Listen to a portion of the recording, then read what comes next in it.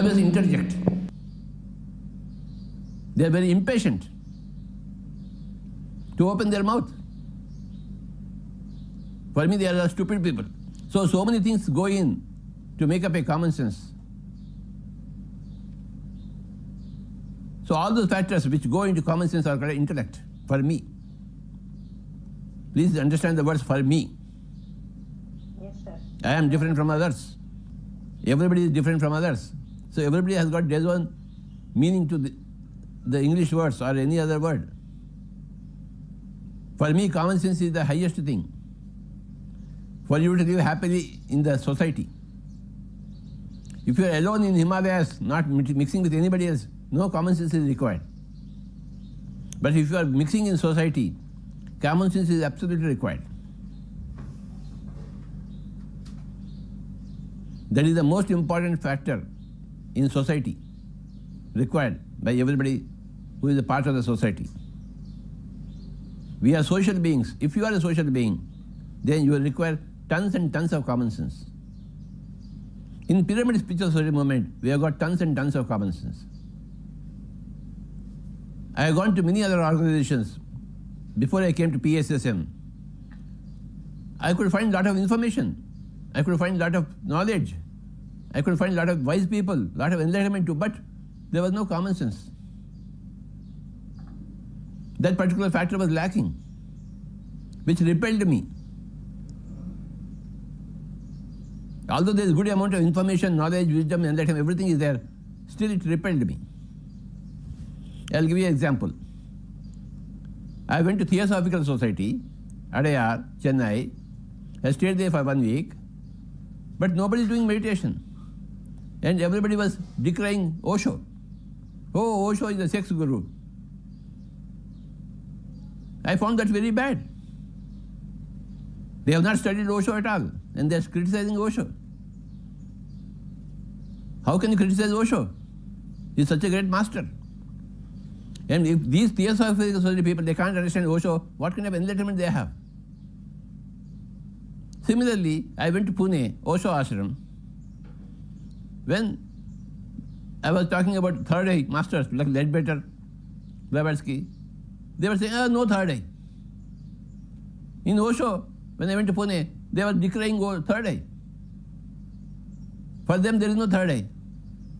They are big Osho people, enlightened people, wisdom, everything is there, but there is no common sense. So I was repelled equally from Theosophical Society as well as from Osho movement. I had to start my own movement.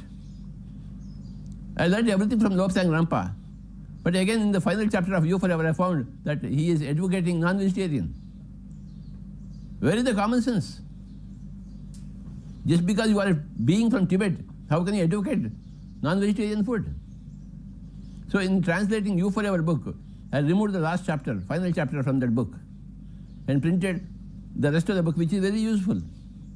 Common sense helps you to separate from good and bad in everything very easily. So I have that tons and tons of common sense. So I couldn't join any other organization. I had to create my own organization where everybody has got common sense. So all people who have got tons and tons of common sense are attracted to this PSSM. The chief distinguishing feature of PSSM is not information, not knowledge, not wisdom, not enlightenment, but common sense. You should try every attachment and every belief system like a scientist. You should develop scientific temper always. That's very important. And scientific temper is common sense for me.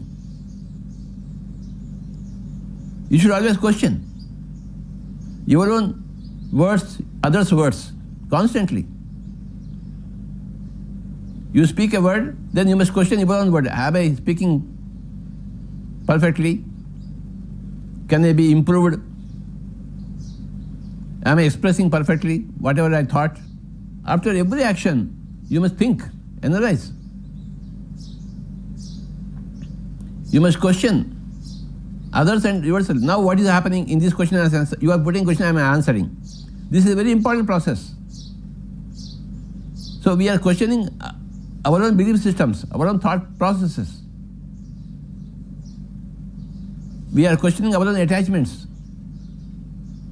So this questioning process is called a scientific temper. That's why we encourage all types of questions. And we listen to all types of answers. You are not supposed to be attached to the answer. Free-floating questions, free-floating answers. That is scientific spirit. A lot of scientific spirit, scientific temper is required. Ours is a spiritual scientific organization. Not a spiritual organization, just it is a spiritual scientific organization, where Q&A is very, very important. So for the next 1000 years, you must put these questions and don't be attached to my answer. Don't be attached to my belief system. नमस्कार।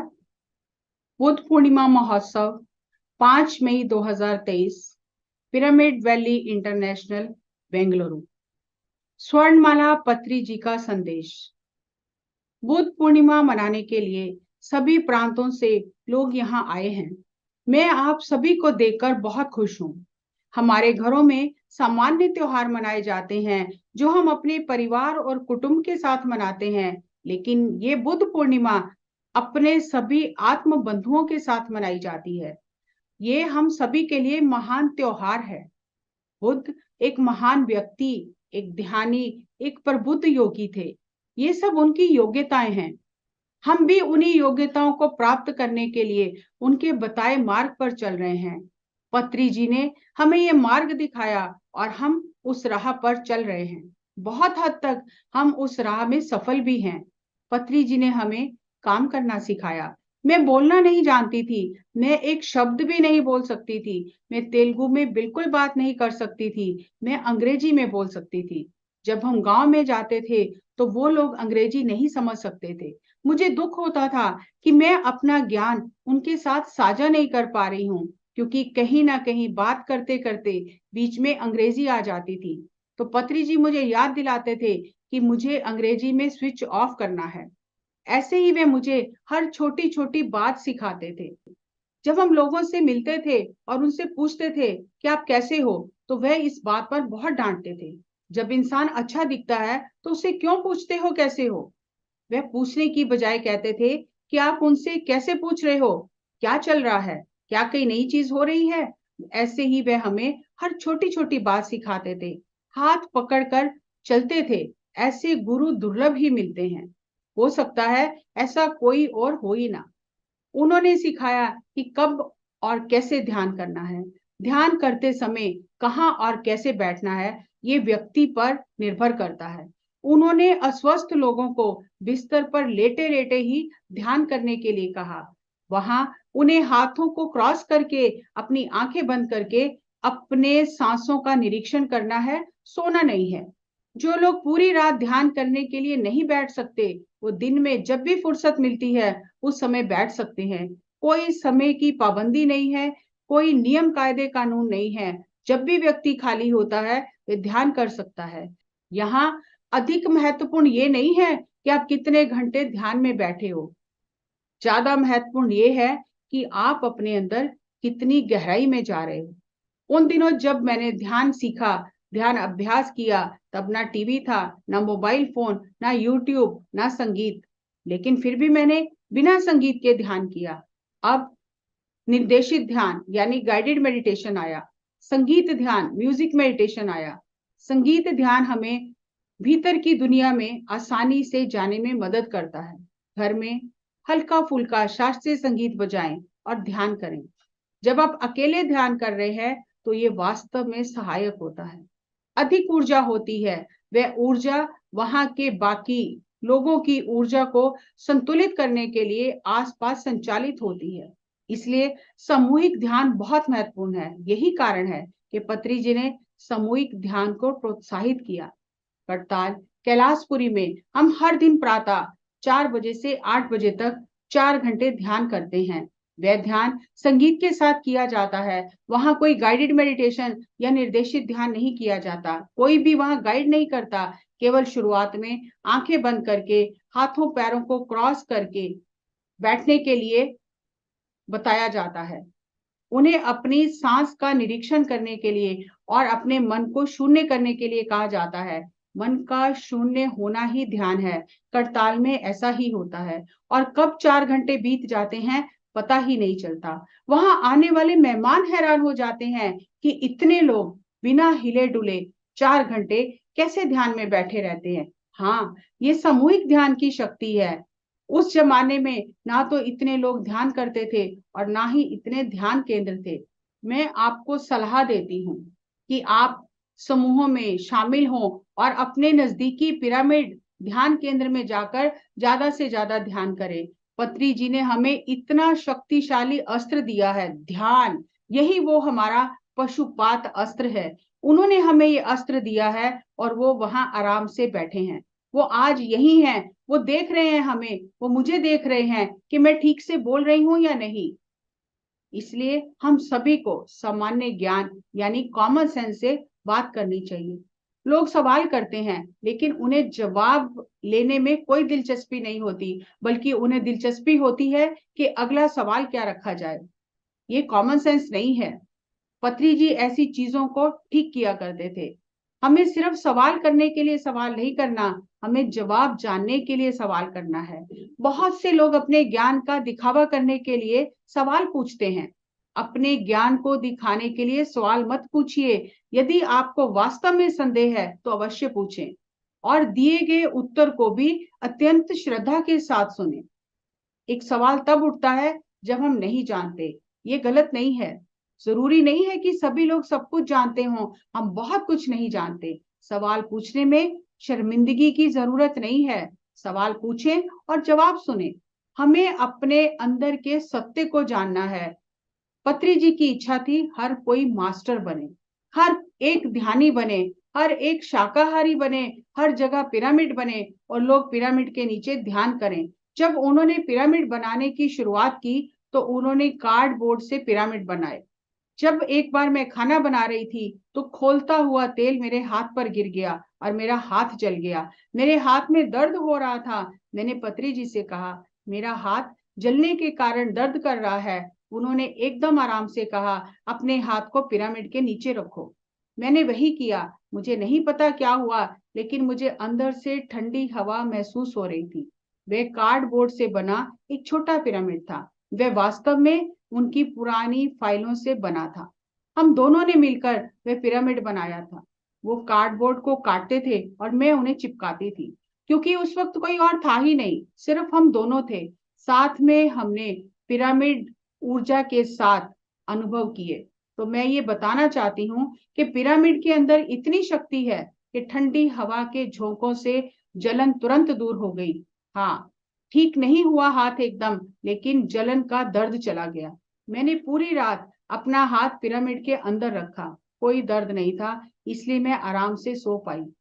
इसलिए वे हमेशा कहते थे, pyramid pyramid pyramid pyramid. एक बार एक बिच्छू ने मुझे काटा। उस समय भी उन्होंने मुझे पिरामिड में बैठने का सुझाव दिया। मेरे पैर में बहुत दर्द हो रहा था, लेकिन उन्होंने कहा, पिरामिड में बैठकर ध्यान करो, किसी दवाई की जरूरत नहीं है। मैं करनूल बुद्धा पिरामिड में बैठ गई और मैं ठीक हो गई। ऐसे ही उन्होंने हमें सामान्य ज्ञान से लेकर पिरामिड की ऊर्जा, ध्यान साधना, सेवा सब कुछ सिखाया। इस हद तक कि खाना कैसे बनाना है, कैसे परोसना है, कैसे खाना है, खाना बनाते समय मन कैसा होना चाहिए। वह कहते थे कि यदि खाना बनाते समय शांत और सकारात्मक होते हैं तभी खाने वाले को फायदा होता है। घर में जब हम अपने पति के लिए खाना बनाते हैं तो हम क्या करते हैं? हम सोचते हैं कि उनका स्वास्थ्य ठीक रहे और हम उन्हें प्यार से खाना परोसते हैं। लेकिन जब हम दूसरों के लिए खाना बनाते हैं उस समय हमें लगता है कि मैं क्यों करूं। मुझे भी ऐसा ही लगता था और आज मैं इसे सार्वजनिक रूप से स्वीकार करती हूँ। मान लीजिए अगर उनके साथ 10 लोग आ रहे हैं तो हम उनके लिए भोजन तैयार करेंगे, लेकिन उनके साथ यदि 50 लोग आ रहे हैं हम क्या करें? हाँ, पत्री जी ने ऐसा ही किया। वे अचानक 50-60 लोगों को साथ ले आते थे और मुझे खाना बनाने के लिए कहते थे। उन्होंने नहीं देखा कि घर में किराने का सामान है या नहीं, सब्जी है या नहीं, दूध है या नहीं, ऐसी मौलिक चीजें घर में है या नहीं। उस समय मेरे पास अनेक साइज के कुकर भी नहीं थे। ऐसे ही पत्री जी ने हमें हर छोटी छोटी बात सिखाई। वे कांटों के रास्ते पर चले और हमारे लिए आसानी से चलने के लिए फूलों का मार्ग तैयार किया। लोग सोचते हैं कि गुरु सिंहासन पर बैठते हैं, लेकिन पत्री जी कभी भी सिंहासन पर नहीं बैठे। बहुत से लोग उनके प्रति प्रेम और सम्मान से मंच पर उनके लिए सिंहासन की व्यवस्था करते थे, लेकिन वे अन्य अतिथियों को उस सिंहासन पर बिठा देते थे और स्वयं नीचे फर्श पर बैठ जाते थे। उन्होंने कभी ये नहीं दिखाया कि वे महत्वपूर्ण हैं। वे अपनी सरलता व्यक्त करते थे और ये संदेश देते थे कि वे सरल हैं। उन्हें ध्यान सिखाने के अलावा और कुछ नहीं था। वे बहुत ही पढ़े लिखे थे, उनके घर में सब पढ़े लिखे थे। स्वयं के महत्व को कम करना, ये सामान्य ज्ञान पत्री जी जानते थे और वही उन्होंने हमें सिखाया। जब कोई प्रोग्राम होता था तब मैं कहीं दूर छिपकर बैठती थी, क्योंकि मुझे डर था कि कहीं वे मुझे मंच पर बात करने के लिए ना बुला लें। लेकिन सच तो ये है कि मुझे बात करना आता नहीं था। लेकिन देखिए अब मैं कैसे बात कर रही हूँ।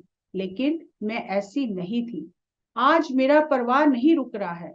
पिरामिड मास्टर शिवराम अप्पा मेरे साथ यहाँ मेरे शब्दों का अनुवाद करने के लिए बैठे हैं, लेकिन मैं उन्हें समय ही नहीं दे रही। शब्दों का प्रवाह निरंतर बहता जा रहा है। हम बहुत खुशकिस्मत हैं कि हम पत्री जी के साथ हैं।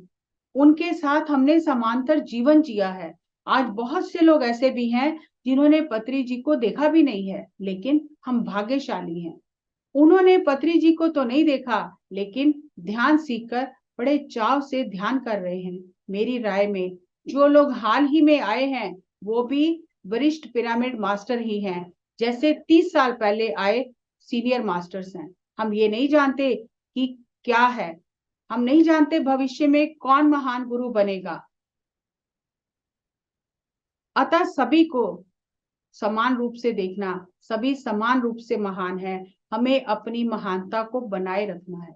आपको संदेह हो सकता है कि वे महान कैसे हैं। बिना विचलित हुए मार्ग में बने रहने से ये संभव हो सकता है। हम एक अच्छे रास्ते पर हैं। अगर हम इस रास्ते पर चलते रहे तो निश्चित रूप से एक दिन हम अपने लक्ष्य तक पहुंच जाएंगे। ध्यान रखें कि कोई भी काम छूट ना जाए। हमारे सारे काम पूरे हो जाने चाहिए, नहीं तो हमें फिर जन्म लेना पड़ेगा। यहाँ मैं आपको एक छोटी सी कहानी सुनाती हूँ। एक गुरु और शिष्य एक साथ यात्रा करते हैं और वह एक गांव में प्रवेश करते हैं जहाँ आदिवासी रहते थे। वहां एक राजा था। वहां के लोग उस गुरु और शिष्य के रहने के लिए अच्छी व्यवस्था करते हैं। अगली सुबह वे दोनों राजा से मिलने जाते हैं। वहां एक महिला सब्जियों से भरी टोकरी लेकर आती है। राजा अपनी पत्नी से कहता है कि महिला को सब्जियों के बदले कुछ चावल दे दे, और वह दे देती है। महिला चावल ले लेती है और अपने घर जाती है।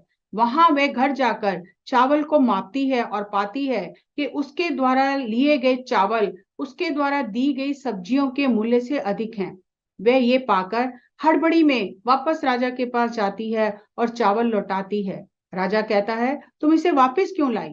महिला कहती है कि मुझे इसे लेने का अधिकार नहीं है। जिसकी मैं हकदार थी वो मुझे मिल गया है।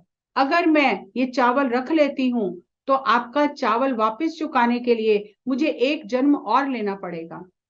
जो हमें चाहिए, जितना हमने दिया है उतना ही लेना है। तो बिना हमारी जानकारी के हमारे सारे हिसाब किताब लिखे जा रहे हैं। किसने क्या लिया, किसने क्या दिया, सब कुछ लिखा जाता है। यही कर्म का नियम है।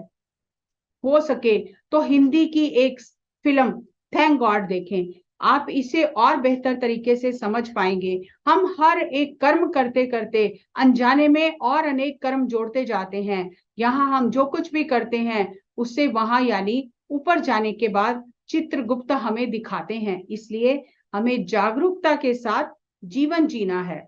सभी को बुद्ध पूर्णिमा की शुभकामनाएं।